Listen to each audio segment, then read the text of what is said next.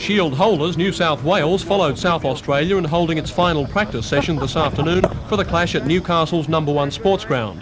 Injuries to several of New South Wales's fast bowlers has placed even more pressure on the batsmen, including Newcastle's Rick McCosker, to get amongst the runs. And with the other batsmen, the calibre of skipper Dirk Wellham, John Dyson and Steve Smith, all showing form recently, there's no reason why New South Wales can't hit up a big score. Apart from Test speedster Jeff Lawson, the bowling will be up to the three spinners, such as Newcastle's Bob Holland. Does Dirk Wellham think more speed would have been better? Yes, that's right. We're in a fairly difficult situation. We've got a number of injuries to our fast bowlers, Michael Whitney, Len Pascoe in particular. But we also feel that we've got some of the best spinners in Australia at the moment, and what the New South Wales selectors have done have picked our 5 best bowlers, and 3 of those happen to be spin bowlers at the moment. And in the batting lineup, of course, you've got the local boy Rick McCosker, who last year performed particularly well. Who else in the side do you think might be in for a big one tomorrow? Bobby Holland, without doubt. I don't know, it's hard to say. I think any of the guys could go very well in the game coming up. All the fellas have done well at certain times during the year. It's just a matter of putting it together in the same game. South Australian skipper David Hooks is a little wary that Shield holders New South Wales might be due for a big one. Yes, I think that any side that's a Shield holder that hasn't played very well up until this stage of the year is due to make runs and take wickets, and we certainly respect both their batting and their bowling, and that's something we've got to be wary of tomorrow, not to be too complacent.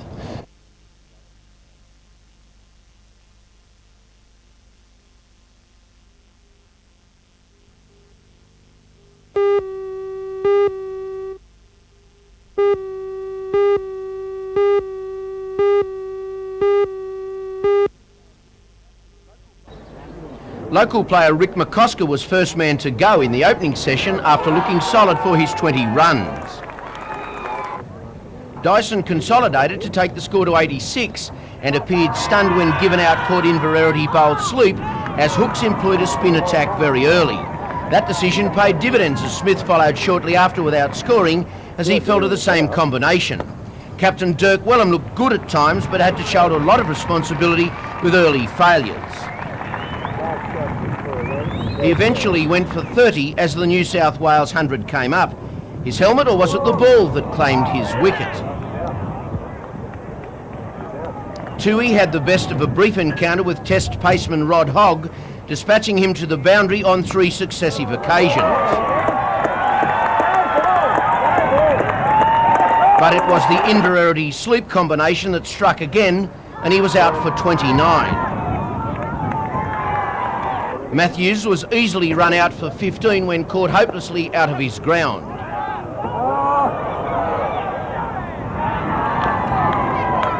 Keeper Rickson lost patience and his wicket as Peter Sleep claimed 4 for the innings.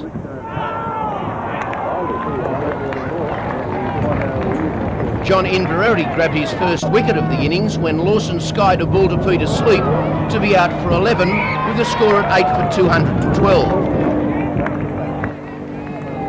On this form, New South Wales are looking anything but a chance in this year's Shield.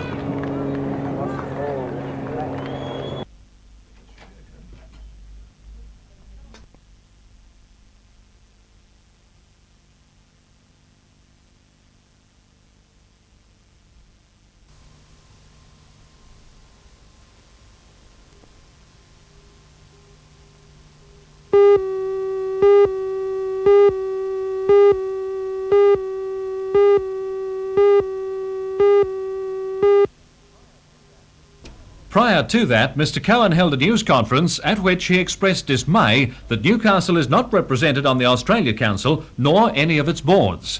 The Australia Council decides who will get what in the way of government handouts. Mr. Cohen's function is to provide the money and decide who will be a member of the council, and he promised that Newcastle will soon be represented. I was quite surprised to find that Newcastle doesn't have one representative on either the Australia Council or any of its boards. And I've promised them that within 12 months, when I get the opportunity to make an appointment, that someone from Newcastle will be represented on those boards, by either the music board, the theatre board, the literature board, or one of the other boards that to make the decisions about where funds go. Mr. Cohen said he is very impressed with the Civic Theatre and estimated the cost of restoring it to its former glory at $750,000.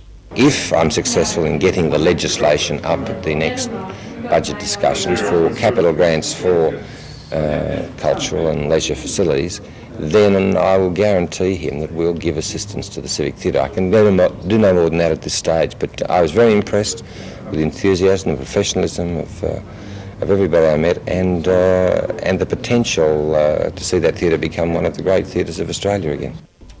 The exhibition Mr Cowan then went on to launch is the gallery's chance to show off its $127,000 worth of acquisitions over the past 2 years.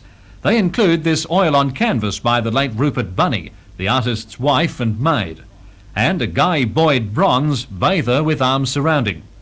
All the gallery's new works will be especially on show until the end of January.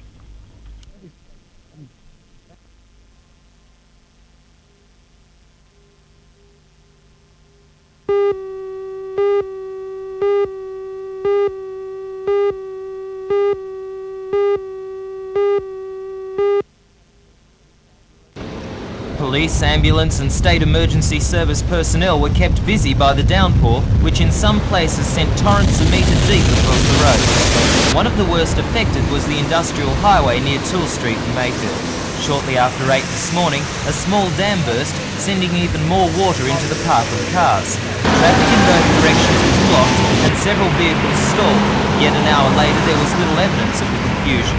The rain caused many accidents, including one at Cessnock in which an 18-year-old man and a 15-year-old girl were seriously injured and taken to Royal Newcastle Hospital. Their car ran off the old Mayfield Road at Cessnock. Meanwhile, in Merriweather Heights, the residents of Sunhill Drive were amazed to find a river flowing through their backyards, leaving behind ruined fences and gardens. The Von Tommen family saw the foundations of their swimming pool partly swept away, and at least one house was flooded.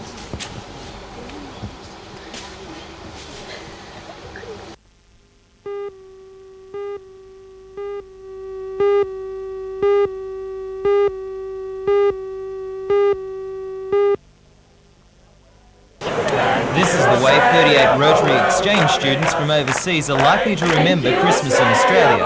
The students represent 15 nations from Africa, Scandinavia, Europe, Asia and the Americas. Here in Australia they are members of Rotex, an organisation that brings together past, present and prospective exchange students. They travel to Swansea from Sydney and towns across northern New South Wales where they have been staying. This morning on Swansea Beach was spent in cultural exchange, with an American student giving instructions in the subtle art of gridiron football. Meanwhile, a Swede took the opportunity to try surfing. The students say that learning about other cultures is the highlight of these gatherings, and that it gives them something to sing about.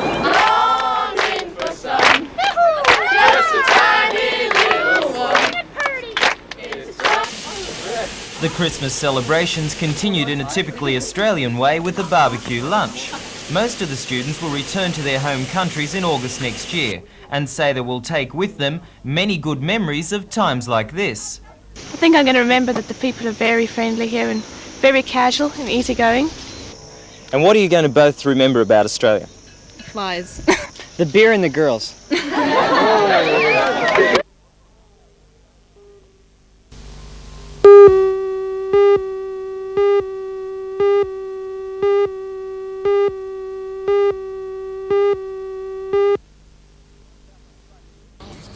South Australian wicketkeeper Kevin Wright and paceman Rodney Hogg added 20 runs for the 9th wicket to avoid the follow-on.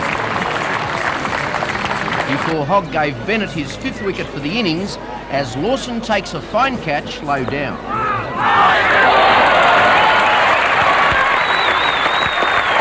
It was then that the New South Wales skipper Dirk Wellham sensationally runs out Ian Carmichael. Watch for the throw and right out near the fence.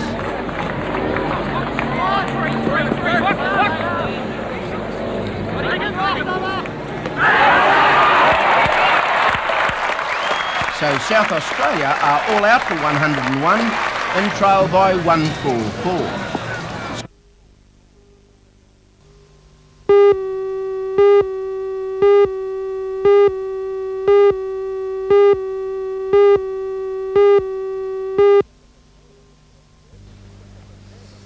It was the quick and the dead in the first set. Bauer's power and confidence sweeping aside the Swedes 6 games to 2.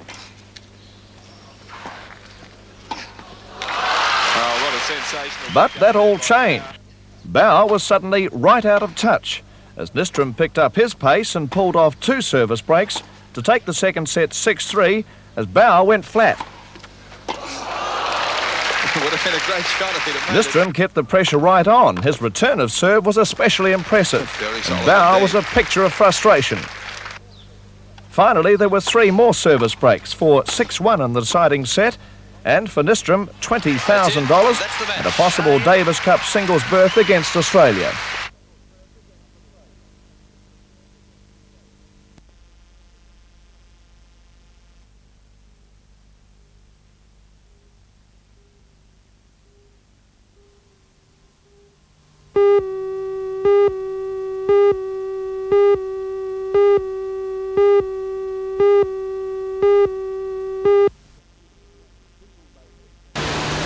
Fingal Bay Beach is a beautiful place, and you don't have to tell the people that live there how lucky they are.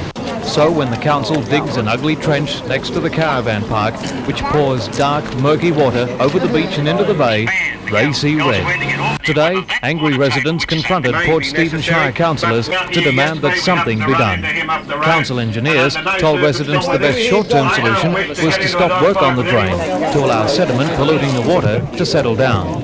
By stirring up the mess, we get the pollution coming out onto the beach again. So when I go back to this meeting, I'll have to explain to the people, whilst we want a clean beach, now we may have to delay things to, as far as the culvert drain situation is caused, to keep our beach clear for the holiday makers. As an exercise in tourism, that was our first point, is to do that, to have clear water for the children to play in. Most of the water running down the culvert has come from this residential development at the rear of Fingal Bay. The developer gave today's meeting an assurance that a major amount of the water flowing down the culvert would be reduced by the works they'll be carrying out in the next 3 days. Another short-term move, the council has promised a fence to keep out the toddlers. In the long term, the problem will be fixed. Council will meet tomorrow night and hear recommendations that funding be made available immediately to build a concrete culvert along the watercourse. Council is confident of getting a federal government grant through the Community Employment Program to fund the works, estimated at $170,000. But by the time tenders are called and materials ordered and delivered, the people of Fingal Bay will see little work done before February next year.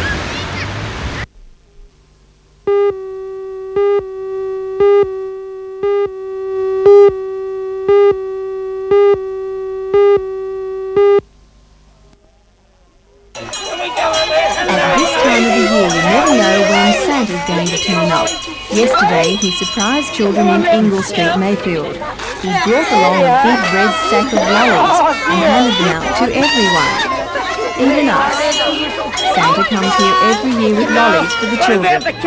Last year, I'm told, he handed out more than 2,000 bags of lollies, and what he gives away, he provides out of his own pocket. The children showed their gratitude by giving Santa a warm reception. But he didn't forget those who happened to miss seeing him. And before Santa left, he had this special message for all the other girls and boys in our region. I hope all the girls and boys have been very good and looking after their mummies and daddies and doing what they're told, and that they all go to bed early on Christmas Eve so that I can get round early.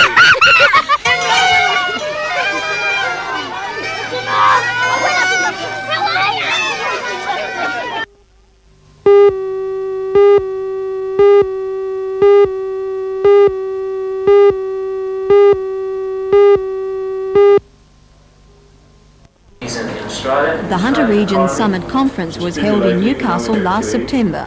It reached a number of important conclusions through input from all sections of the community. One of the first steps taken was to expand the steering committee. That committee has identified 5 problem areas in our region.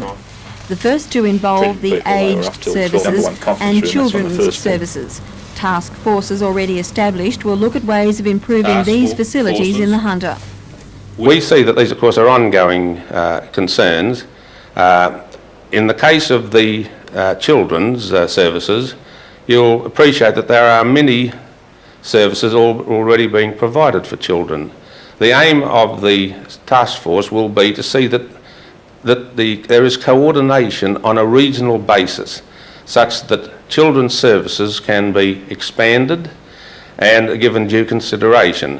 We hope by the next meeting, which is in February, the basic guidelines of the steering committee's proposals will be set down.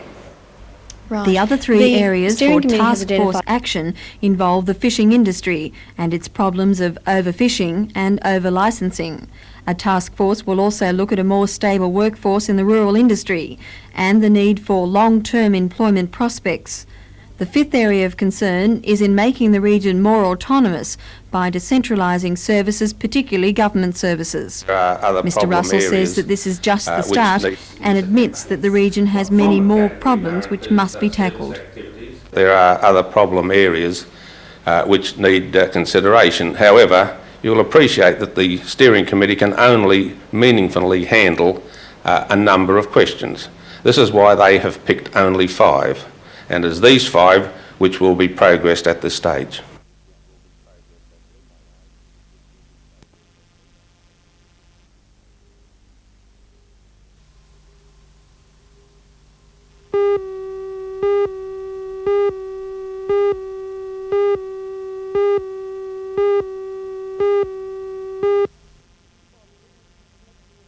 Mr Bob Ritten from the Electrical Trades Union says the 12 systems operators affected by the Shortland County Council decision are angry. He says they believe it is a betrayal of an age-old trust. I think the council objected, well, I don't really know the reasons, but I think that it's possibly because it was the cost involved, although they're minimal. And I don't understand really that council is doing away with tradition by making a decision to appeal. But council is within its rights to appeal. It's within the Act, yes, but it's been a gentleman's agreement over quite a number of years that council, likewise the union, would not appeal any decisions of any conciliation commissioner. We've stuck by that decision, although some of the decisions in the past have not been always favourable to us, and we would have liked to appeal. We've never done it. Therefore, we're most annoyed that the council's taken that step.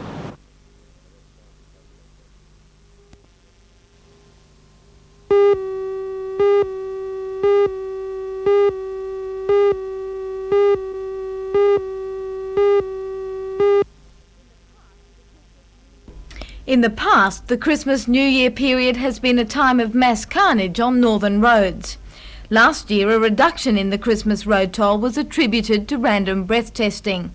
But there has been some doubt cast on whether it is still as effective as it seemed to be 12 months ago. Police admit that there is some complacency among motorists, but warn that there is no room for it. Over the Christmas period, we intend to fully utilise the breath analysis stations and to fully utilise the highway patrol and so forth. All leave has been cancelled over the period and we intend to give it our best shot. Random breath testing appeared to be very effective last Christmas in keeping the road toll down. Do you think drivers might be a little bit more complacent about it now it's been in operation for more than 12 months? Yes, I feel that the drivers have become slightly complacent about it, but I can assure that the drivers that there is no room for complacency, and the patrols are going to be maintained over a 24-hour period for the next 2 or 3 weeks. The police may be counting on fewer accidents this Christmas, but the Newcastle Blood Bank isn't. Staff there say there may be a blood shortage unless more donors come forward. There are 2 reasons why the blood bank needs extra donors over the next few weeks. Firstly, accidents are generally more frequent over the holidays, and secondly, there are fewer working days on which blood can be collected. And this year, rumours that AIDS can be contracted by giving blood have discouraged donors. So AIDS can only be transmitted by particularly intimate contact, and there's absolutely no chance of catching AIDS by visiting a blood bank.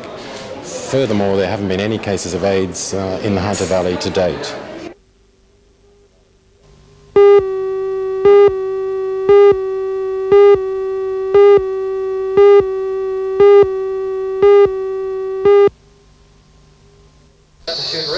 A massive candlelight set the picture last night in Civic Park. Hundreds of families, equipped with rugs and their best singing voices, joined in the Christmas spirit. Carols by candlelight started at twilight, and as the sun disappeared, the massive candles glowed across the park.